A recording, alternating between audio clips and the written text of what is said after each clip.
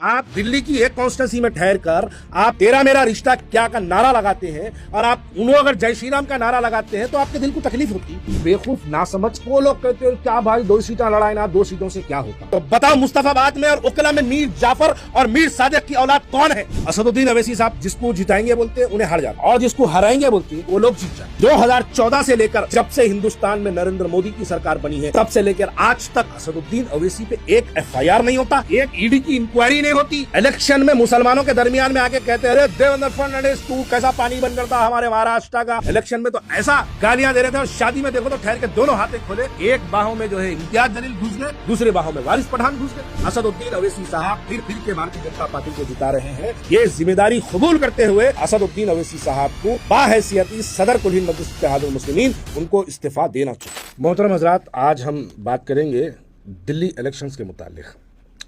Delhi elections के बारे में बहुत से लोग बहुत सी बातें की जा रही है, लेकिन हम जो शुरुआत करेंगे, हमारी शुरुआत सबसे पहले मुस्तफाबाद से भारतीय जनता पार्टी का कैंडिडेट कामयाब हुआ है।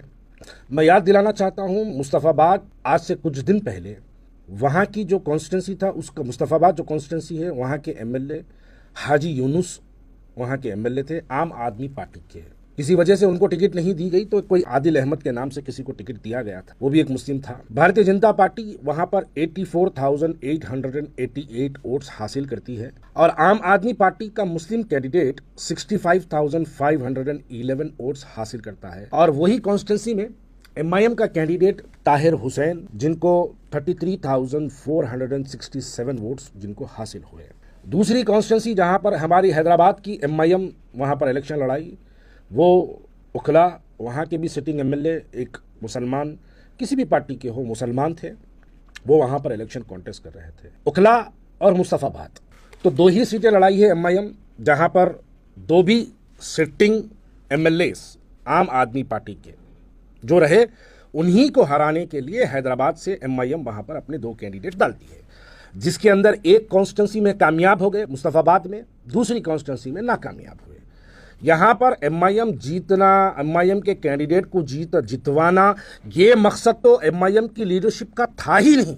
MIM वहाँ पर अगर इलेक्शन लड़ने का उनका मंसूबा होता तो कई साल से वहाँ पर काम किए होते, तब जाके वहाँ पर इलेक्शन लड़े होते। पहले कॉरपोरेशन लड़ाते, पहले इफ्तिदाई की बॉडीज बनाते, कुछ नहीं, बस सिर्फ एक सेलेक्टिवली 1-2 कॉन्स्टिट्यूंसीज दिए गए जहां पर इनको जाके अपने कैंडिडेट्स को लड़ाना था। वहां से लड़ाने से वोटों के अंदर एक बड़ा पोलराइजेशन। कुछ बेवकूफ ना समझ, जिन लोगों को समझ कम है, अल्लाह ताला जिनको अक्ल सलीम दिमाग जिनको कम दिया है, वो लोग कहते हैं क्या भाई 2 सीटें लड़ाए ना, 2 सीटों से क्या होता।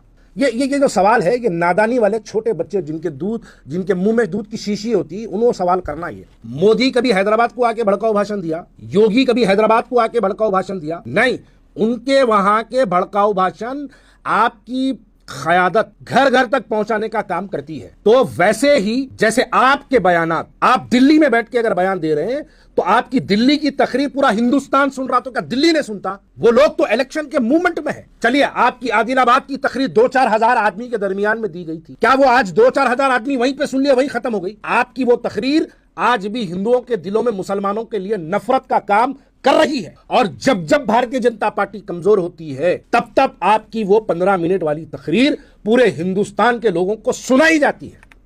आप क्या समझते हैं, मुस्तफाबाद के अंदर जो आप नारे लगाए, तेरा मेरा रिश्ता क्या, गाड़ी का सनरूफ खोलकर, क्या वो वीडियो आपकी है दिल्ली की दूसरी कॉन्स्टिट्यूंसीज में नहीं घुमा? बिल्कुल घुमा। हम इतनी दूर बैठ के हैदराबाद वाले देख सकते हैं तो क्या दिल्ली वाले नहीं देखते? हम इतनी दूर बैठ के महाराष्ट्र वाले देख सकते हैं, क्या दिल्ली वाले नहीं देखते? अरे भाई, एक वीडियो बन रही, इस कमरे में 4 तरफ दीवार है, इस कमरे में बैठ के अगर मैं वीडियो बना रहा हूं तो मेरी वीडियो कहां तक पहुंचेगी मुझे खुद को अंदाजा नहीं है। मेरे सामने सिर्फ मैं हूं और कैमरा है, लेकिन मेरी वीडियो कहां तक जाएगी, कितने लोग सुनेंगे, इसका अंदाजा नहीं है। ये क्या नादानी वाली, बच्चों वाली बात करते हैं? आप दिल्ली की एक कॉन्स्टिट्यूंसी में ठहर कर आप तेरा मेरा रिश्ता क्या का नारा लगाते हैं और आप उन्होंने अगर जय श्री राम का नारा लगाते हैं तो आपके दिल को तकलीफ होती। उन्होंने कहा लगाए, आपके मुस्तफाबाद में आके लगाए। कैसा जीती मुस्तफाबाद में बीजेपी? फिर कौन जिताया मुस्तफाबाद में बीजेपी को? मुस्तफाबाद में बीजेपी को जिताने का राज जिम्मेदार MIM और असदुद्दीन ओवैसी है। कुछ दिन पहले औरंगाबाद महाराष्ट्र में आपके MLA के, आपके दिए हुए कैंडिडेट के खिलाफ कुछ मुसलमान ठहर गए थे, तो आप क्या क्या नामों से पुकारे थे? अरे मुनाफिको, अरे मीर जाफर, मीर सादिक की औलादो, आप पुकारे थे। एक मुसलमान जीतने वाला है, वहां पर तुम क्यों अपने कैंडिडेट को लेके आए? तुम क्यों उसको ठहराने के वास्ते आए? उसको हराने के लिए मुसलमान ठहरा बोल के आप औरंगाबाद में बोले। तो बताओ, मुस्तफाबाद में और उकला में मीर जाफर और मीर सादिक की औलाद कौन है? इसका मुहासबा करो तो नाम आपका आएगा कि आप मीर जाफर और मीर सादिक के नाम से दिल्ली के मुसलमानों के अंदर भारतीय जनता पार्टी को कामयाब करने का काम आप कर आए हैं। आप ना इलेक्शन से पहले जाते, ना आप इलेक्शन के बाद जाते। आपका काम तो गस्साल की तरह है। गस्साल मैयत देखा तो आता, तफ्तीन करता चले जाता, गबर में डालता उसको चले जाता। उन्हें जन्नत में जाओ, उन्हें दोज़ख में जाओ, गस्साल को कोई ताल्लुक नहीं रहता। आप कौम के साथ वो काम कर रहे हैं। अब आप तो जीते, आपकी हर तकरीर में मुसलमानों जागो, बीजेपी जीत जाएगी बोले। बीजेपी जीतने के बाद आप इतना लाइट ले लेते वो कॉन्स्टिट्यूंसी को, वो स्टेट को। यूपी में गली गली फिर के बोले बीजेपी आ जाएंगी, बीजेपी आएंगी, बीजेपी आएंगी बोल के आप डरा दिखा के लोगों को इलेक्शन तो लड़े। आप बीजेपी आई बात, अतीक अहमद का बेटे का इनकाउंटर, असद अहमद का इनकाउंटर हुआ। असद अहमद आपको अपने हाथों से खाना खिलाया था। इलाहाबाद में आप उसके घर गए थे। अतीक अहमद जेल में था, असद अहमद जिंदा था, अशरफ अहमद भी जेल में था। जब उनकी वालिदा पार्टी ज्वाइन कर रहे थे, आप उनके घर को गए थे। वहां इलाहाबाद में जलसा हुआ था, उस जलसे में आप शिरकत करे थे। उसके बाद घर जाके खाना खाए। वो बच्चा मर गया इनकाउंटर में, आप उसकी मैयत में गए थे। वो बच्चे का एनकाउंटर हो गया।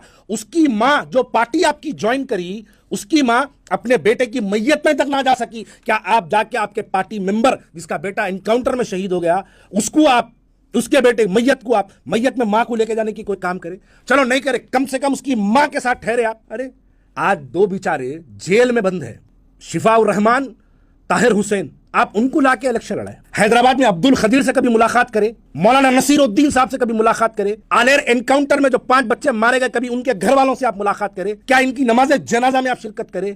क्या कभी आजम खान से जेल में मुलाकात के लिए गए? क्या कभी शहाबुद्दीन मरहूम जो जेल में मर गए, उनके बेटे उसामा से आप मुलाकात करें? कभी क्या आप आजम खान जो जेल में है, उनकी ज़ईफ बीवी से कभी आप मुलाकात करने का काम करें? अरे आजम खान जेल में है, चलो छोड़ दो, उनकी बीवी से नहीं मिली, चलो छोड़ दो। आजमगढ़ में मोहम्मद अली जौहर यूनिवर्सिटी को जब बुलडोजर लगाया जा रहा था, आप जाके बुलडोजर के सामने ठहरे। बातें मुसलमान क़यादत की बड़ी बड़ी करते हैं आप, लेकिन आपके अंदर अमली तौर पे करने के लिए कोई काम नहीं है। हैदराबाद के अंदर ऐसे कई बच्चे हैं जो जेलों के अंदर है। आप दियो टिकट, मैं बोल रहा हूं, आप टिकट दो, आप उसको टिकट दो। मौलाना नसीरुद्दीन साहब के बेटे को आप एमएलए का टिकट दो। आप हैदराबाद से, आप अब्दुल खदीर साहब मरहूम, इंतकाल जिसका हो गया 27 साल, जो जेल में रहे, उनके बेटे को आप टिकट दो हैदराबाद से। आप वहां जाके हिंदू मुसलमानों में पोलराइजेशन करके आए। अगर आपको ये जेलों में रहने वाले लोगों से अगर हमदर्दी है, तो ये जो जेलों वाले हैं, जो हैदराबाद में जो जेलों में जो लोग अपनी जिंदगियां निकाल दी, उनके बेटों को 2 टिकट। मुसलमानों के खिलाफ इलेक्शन लड़ते हैं, राजा सिंह के खिलाफ इलेक्शन क्यों नहीं लड़ते? आप अबू आसिम आजमी के खिलाफ अपना कैंडिडेट डाल सकते, आप आरिफ नसीम खां के खिलाफ अपना कैंडिडेट डाल सकते, आप कांग्रेस के अजहरुद्दीन के खिलाफ अपना कैंडिडेट डाल सकते, आप फेरोज खान के खिलाफ अपना कैंडिडेट डाल सकते, आप अमानतुल्लाह खान के खिलाफ कैंडिडेट डाल सकते, आप एसपी के अनीजुर रहमान के खिलाफ अपना कैंडिडेट डाल सकते, आप एसपी के अजीजुल हक पहलवान के खिलाफ अपना कैंडिडेट डाल सकते, आप बीएसपी के अलाउद्दीन के खिलाफ अपना कैंडिडेट डाल सकते, आप एसपी के मोहम्मद रिजवान के खिलाफ अपना कैंडिडेट डाल सकते, आप एसपी के शिफाउर रहमान के खिलाफ अपना कैंडिडेट डाल सकते, आप बिहार में मुजाहिद आलम के खिलाफ अपना कैंडिडेट डाल सकते, आप बिहार में जावेद के खिलाफ अपना कैंडिडेट, डॉक्टर जावेद के खिलाफ अपना कैंडिडेट डाल सकते, आप मुरादाबाद में महबूब खान के खिलाफ अपना कैंडिडेट डाल सकते, आप जियाउर रहमान बर्क के बेटे जियाउर रहमान बर्क के खिलाफ अपना कैंडिडेट डाल सकते, आप करनूल के एम ए गफ्फार साहब के खिलाफ अपना कैंडिडेट डाल सकते, आप कर्नाटक के तनवीर अहमद के खिलाफ अपना कैंडिडेट डाल सकते, आप तेलंगाना के आमिर शकील के खिलाफ अपना कैंडिडेट डाल सकते, आप फरद खान के या खुद पर के आप उसके खिलाफ अपना कैंडिडेट डाल सकते, लेकिन क्या आप राजा सिंह के खिलाफ अपना कैंडिडेट डाल सकते? हैदराबाद वालों, आज अगर महाराष्ट्र और दिल्ली 2 अगर ये सीट जीते हैं, इसके जिम्मेदार हैदराबाद वालों तुम और मैं हैं। इसकी सबसे बड़ी वजह यह है कि हम ये बीजेपी के एजेंट्स को हैदराबाद से कामयाब करके भिजा रहे हैं, ये समझ के कामयाब कर रहे हैं, बीजेपी को रोकने का काम कर रहे हैं, लेकिन पूरे हिंदुस्तान में मुस्लिम क़यादत को खत्म करने का काम ये लोग कर रहे हैं। मुसलसल 2014 से असदुद्दीन ओवैसी साहब जब से भारतीय जनता पार्टी का दामन पकड़े हैं, तब से आप देखिए असदुद्दीन ओवैसी साहब के हर फैसले में अल्लाह ताला उनको हार और शिकस्त रखा। आप देखिए असदुद्दीन अवैसी साहब बोले केसीआर को जिताओ, केसीआर हार गया। असदुद्दीन अवैसी साहब बोले जगन को जिताओ, जगन हार गया। असदुद्दीन अवैसी साहब बोले बदरुद्दीन अजमल को जिताओ, बदरुद्दीन अजमल हार गया। असदुद्दीन अवैसी साहब बोले अख्तरुल ईमान को जिताओ, अख्तरुल ईमान हार गया। असदुद्दीन अवैसी साहब बोले इम्तियाज जलील को जिताओ, इम्तियाज जलील हार गया। असदुद्दीन अवैसी साहब बोले साबिर काबली वाले को जिताओ, साबिर काबली वाला हार गया। असदुद्दीन अवैसी साहब बोले सिकंदराबाद से मोटे को जिताओ, मोटा हार गया। असदुद्दीन अवैसी साहब बोले चवेल्ले से दुबले को जिताओ, दुबला हार गया। असदुद्दीन अवैसी साहब बोले वंचित बहुजन निजामाबाद से वाइट वालों वाले को जिताओ, वाइट वालों वाला हार गया। असदुद्दीन अवैसी साहब बोले वंचित बहुजन अगाड़ी को जिताओ, वंचित बहुजन अगाड़ी हार गई। असदुद्दीन अवैसी साहब बोले प्रकाश अंबेडकर को जिताओ, प्रकाश अंबेडकर हार गया। असदुद्दीन अवैसी साहब बोले उपेंद्र कुशवाहा को बिहार से जिताओ, उपेंद्र कुशवाहा हार गया। असदुद्दीन अवैसी साहब 2019 में कर्नाटक में कुमारस्वामी को जिताओ बोले, उन्हें हार गया। 2023 में उसको हराओ बोले, उन्हें जीत गया। साहब के जो फैसले हैं मुसलसल, जब से साहब असदुद्दीन ओवैसी साहब जब से भारतीय जनता पार्टी के बी टीम बनी है, उनको आवाम उनके हर फैसले में उनके साथ उनको रिजेक्ट कर रही है। तो मैं जब आवाम मजलिस इत्तेहादुल मुस्लिमीन का वो विखार, वो मेयार जो खत्म हो रहा है, जो हम पुलिस एक्शन के दौर के बाद मजलिस इत्तेहादुल मुस्लिमीन जिस वक्त मजलिस इत्तेहादुल मुस्लिमीन को ख़याम अमल में लाया गया था, उसके आज भटक कर जो काम मजलिस इत्तेहादुल मुस्लिमीन कर रही है, इस बुनियाद पर मैं ये बात को मानता हूं कि हमको और भारतीय जनता पार्टी के तमाम जितने स्टेट्स में असदुद्दीन अवैसी साहब फिर के भारतीय जनता पार्टी को जिता रहे हैं, ये जिम्मेदारी कबूल करते हुए असदुद्दीन अवैसी साहब को बाहैसियती सदर कुल हिंद मजलिस इत्तेहादुल मुस्लिमीन उनको इस्तीफा देना चाहिए और उनको इस बात को कबूल करना चाहिए कि महाराष्ट्र में बीजेपी जीती है उनकी वजह से जीती है, दिल्ली में बीजेपी जीती है उनकी वजह से जीती है, उत्तर प्रदेश में बीजेपी जीती है उनकी वजह से जीती है, महबूब नगर में अगर बीजेपी जीती है उनकी वजह से जीती है, अगर निजामाबाद में बीजेपी जीती है उनकी वजह से जीती है, चवेल्ला में अगर बीजेपी जीती है उनकी वजह से जीती है, सिकंदराबाद में अगर बीजेपी जीती है उनकी वजह से जीती है। इन तमाम जिम्मेदारियों को कबूल करते हुए असदुद्दीन अवैसी साहब को चाहिए अव्वलीन फुर्सत में इन भारतीय जनता पार्टी की कामयाबी को आप करवाने के जिम्मेदारी कबूल करते हुए आप बाहैसियती सदर कुल हिंद मजलिस इत्तेहादुल मुस्लिमीन आपको इस्तीफा देना चाहिए। असदुद्दीन अवैसी साहब जिसको जिताएंगे बोलते उन्हें हार जाता और जिसको हराएंगे बोलते वो लोग जीत जाते। असदुद्दीन अवैसी साहब जो बोलते हैं उसको बिल्कुल अपोजिट करते हैं। उधर जिताने की बात अभी मैं किया, अब देखिए अब हराने की बातों पे आएंगे। असदुद्दीन अवैसी साहब बोले मोदी को हराएंगे, मोदी हर जगह जीत जा रहा। असदुद्दीन अवैसी साहब योगी को हराएंगे बोले योगी जीत जाता। असदुद्दीन अवैसी साहब देवेंद्र फडणवीस को हराएंगे बोले देवेंद्र फडणवीस जीत जाता। असदुद्दीन अवैसी साहब नीतीश कुमार को हराएंगे बोले नीतीश कुमार जीत जाता। असदुद्दीन अवैसी साहब चंद्रबाबू नायडू को हराएंगे बोले चंद्रबाबू नायडू जीत जाता। तो साहब जिसको हराएंगे बोलते वो लोग जीत जाते और जिसको जिताएंगे बोलते वो लोग हार जाते। मुसलमानों, ये लोग आपको दिखाते कुछ और है, करते कुछ है। मुस्तफाबाद में आके कहते हैं कि हम भारतीय जनता पार्टी को रोकने के लिए आए। अरे आप इलेक्शन क्या भारतीय जनता पार्टी के किसी गैर मुसलमान के खिलाफ लड़ रहे थे? आप वहां पर ठहर के मुसलमानों को गालियां दे रहे थे। आपका हाजी यूनुस मुसलमान है, अमानतुल्लाह खान मुसलमान है और हैदराबाद में भारतीय जनता पार्टी को रोकने गए साहब दिल्ली में बोल के पूरे लोग काम पे निकले हुए। मैं हैदराबाद के वो लोग जो सोशल मीडिया पर MIM का IT सेल जो एक्टिव रहता, मैं उनको भी कहता हूं कि भाई किसी की मोहब्बत में और किसी की नफरत में इतने अंधे ना हो जाओ कि तुमको हकायक नजर ना आए। अगर दिल्ली की मुस्तफाबाद की सीट के नताइज देखने के बाद भी अगर तुम ये बात को समझते हो नहीं नहीं नहीं साहब बहुत ईमानदारी से काम कर रहे हैं, तुम लोग अहमक हो, तुम लोग बेवकूफ हो, तुम लोग ये बात को नहीं समझ पा रहे कि ये ठेकेदारी इनको दी गई है। आप मैं एक सवाल जो हिंदुस्तान में बीजेपी के खिलाफ बोलता, चाहे वो कोई भी हो, उसके खिलाफ में भारतीय जनता पार्टी अपने तमाम मिशनरीज, अपने पूरे डिपार्टमेंट, अपने पूरे एजेंसीज उसके पीछे नहीं लगाती। 2014 से लेकर जब से हिंदुस्तान में नरेंद्र मोदी की सरकार बनी है तब से लेकर आज तक असदुद्दीन अवैसी पे एक FIR नहीं होता, एक ED की इंक्वायरी नहीं होती, एक वक्फ की जायदादों के उनका इंक्वायरी उनके ऊपर नहीं बढ़ाई जाती, एक भड़काऊ भाषण का उनके ऊपर कहीं केस दर्ज नहीं होता। लेकिन आज इस माहौल में भी अगर असदुद्दीन अवैसी साहब उत्तर प्रदेश अगर जाते हैं तो Z security, red carpet welcome, helicopter permission, रोडों पे कैनवे, साहब के लिए स्पेशल परमिशन, तमाम चीजें ग्रांट की जाती।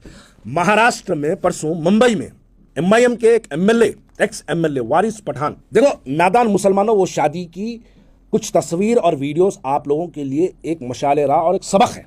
इलेक्शन के वक्त देवेंद्र फडणवीस को दोनों के दोनों ठहर के गालियां दिए, दोनों के दोनों ठहर के गालियां दे रहे थे। कुछ दिन गुजरे, वही चीफ मिनिस्टर देवेंद्र फडणवीस महाराष्ट्र का वारिस पठान के बेटे की शादी में आता है और दोनों बाहें खोलता तो एक गले लपटते, एक तरफ से वारिस पठान, दूसरी तरफ से इम्तियाज जलील। ये दो लोग आके गले मिलते, आप बताइए, ये लोग इलेक्शन में मुसलमानों के दरमियान में आके कहते हैं, अरे देवेंद्र फडणवीस तू कैसा पानी बंद करता हमारे महाराष्ट्र का, हमारे औरंगाबाद का, बोलकर लंबी लंबी तकरीरें करें। इलेक्शन में तो ऐसा गालियां दे रहे थे, और शादी में देखो तो ठहर के दोनों हाथे खोले, एक बाहों में जो है इम्तियाज जलील घुस गए, दूसरे बाहों में वारिस पठान घुस गए। हम मुसलमानों को बेवकूफ बनाने के लिए तकरीरें दी जाती, हम मुसलमानों को दीवाना बनाने के लिए ये बातें सुनाया जाता। मेरे को कई लोग पूछ रहे थे कि भाई ठीक है इलेक्शन में जो है वो जो हुआ है ठीक है, इनके इलेक्शन में भाई इतने लोग कहां से आते तकरीरें सुनने के वास्ते। बोलते हमारे हैदराबाद में एक फेस्टिवल होता, हैदराबाद में वो फेस्टिवल में बहुत से लोग बैल को लेके आते, बैल के गले में फूल का हार रहता, बैल को तेल वेल लगा के जबरदस्त मालिश करके लेके आते, बैल के ऊपर एक कपड़ा डालते, वहां पर वो बैल को देखने के लिए बहुत लोग आते, बहुत लोग जमा होते उस बैल को देखने के वास्ते। कोई ये ख्वाहिश नहीं करता वो बैल की रस्सी पकड़ के घर को लेके जाऊंगा, और कोई बैल को देख के बैल की तारीफ नहीं करता। जो शख्स बैल का मालिक होता, क्या तैयार करा है बोल के उसकी पीठ थपक के जाता। तो ऐसे हैदराबाद से भी कुछ बैल दिल्ली में आए तो दिल्ली वालों को फुकट में अच्छी तकरीरें सुनने मिले।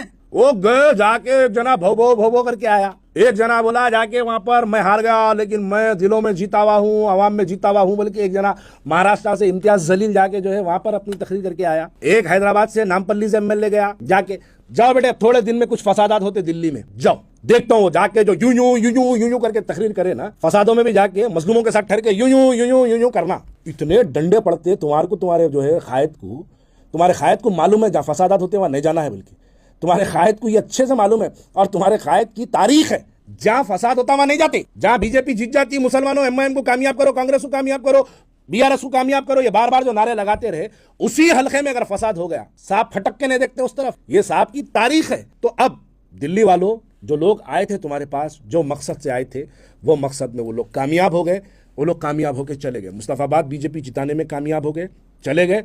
और उखला जिताने के लिए आए थे, लेकिन उखला वालों ने अपनी शान बचा ली, अपनी जान बचा ली, भारतीय जनता पार्टी को वहां कामयाब होने से रोका। हाँ, यह बात सच है कि आज दिल्ली में एक फिरका परस्त हुकूमत वहां पर इख्तिदार पे आई है, इख्तिदार पे आई है। लोग बोल रहे हैं भाई 30 कॉन्स्टिट्यूंसीज में जो है वहां पर 20 ऐसे कॉन्स्टिट्यूंसीज है हमारे पास जो कांग्रेस जो है वहां पर आम आदमी पार्टी के वोटा काट के आम आदमी पार्टी को हराई होंगी। उससे मेरा क्या लेना देना है? मैं अपनी मुस्लिम क़यादत से सवाल कर रहा हूं कि तुम हमारे मुस्लिम सिटिंग एमएलएस को हराने का प्लान क्यों बना रहे हैं? तुम क्यों बीजेपी को जिताने का काम कर रहे हैं? मैं सवाल हमारी मुस्लिम लीडरशिप से करूंगा, मैं गैरों से मैं सवाल नहीं करूंगा। उन्होंने उनका बदला ले रहे हैं तो हरियाणा का बदला ले रहे होंगे, मैं हरियाणा के बदले में मेरा क्या लेना देना है। लेकिन अगर एक एमएलए, ये बात समझने की जरूरत है कि किसी पार्टी से अगर कोई एमएलए कामयाब होता है, किसी भी पार्टी से, चाहे वो कांग्रेस से हो, समाजवादी से हो, बहुजन समाज से हो, एमआईएम से हो, या फिर आम आदमी पार्टी से हो, अगर एक एमएलए अगर बनता है, वो एमएलए बनने के लिए कितनी तकलीफों का सामना करना पड़ता है, ये उसके दिल को, उसकी पार्टी को, उसके बात का अंदाजा होता। लेकिन आप जाके वो एमएलए मुस्लिम्स के खिलाफ अपने कैंडिडेट्स को डाल के मुसलमान क़यादत को खत्म करने का जो काम और जो मंसूबा आपका है, ये मंसूबा अगर हैदराबाद वाले समझेंगे तो मैं समझता हूं कि हम बीजेपी के हकीकी एजेंट्स को पहचान